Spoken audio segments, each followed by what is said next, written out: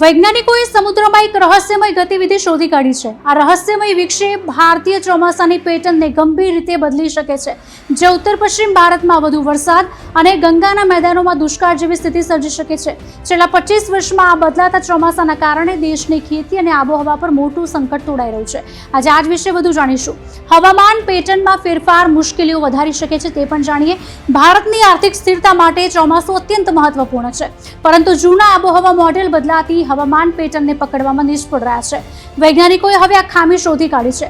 એક નવા અભ્યાસ અનુસાર હાલના આબોહવા મોડેલમાં એટલાન્ટિક મહાસાગરમાં આવેલા કોલ્ડ બ્લોબ એટલે કે ઠંડા પાણીનો પ્રદેશની અવગણના કરવામાં આવી છે, જે ચોમાસાની સચોટ આગાહીમાં અવરોધરૂપ છે। શું બદલાશે તે પણ જાણીએ। સંશોધકોના મતે જેટ સ્ટ્રીમમાં થતા ફેરફારો ભેજને ઉત્તર પશ્ચિમ ભારત તરફ ખેંચી રહ્યા છે। આ પ્રક્રિયાને કારણે અન્ય વિસ્તારમાં બનતી મહત્વપૂર્ણ તોફાન પ્રણાલીઓ અટકી શકે છે, જે ભવિષ્યમાં હવામાનની સ્થિતિ વધુ જટિલ બનાવી શકે છે।